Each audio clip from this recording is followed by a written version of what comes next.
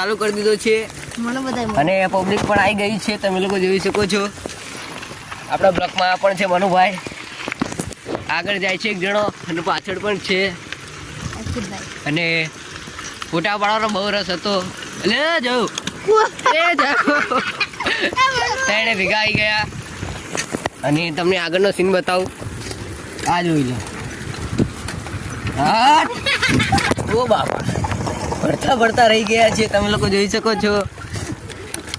અને કટ મારવા ગયા પણ ના કટ માર્યો.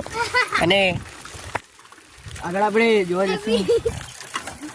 અને જો પડ્યા હોત ને તો આખો બ્લોકની પથારી ફેરવી જાત. અને ગાડી રફમાં હતી 120 ના. અને આર્યો હતો કટ મારવા આવડો. આપણે એની આજુબાજુ જઈએ. જો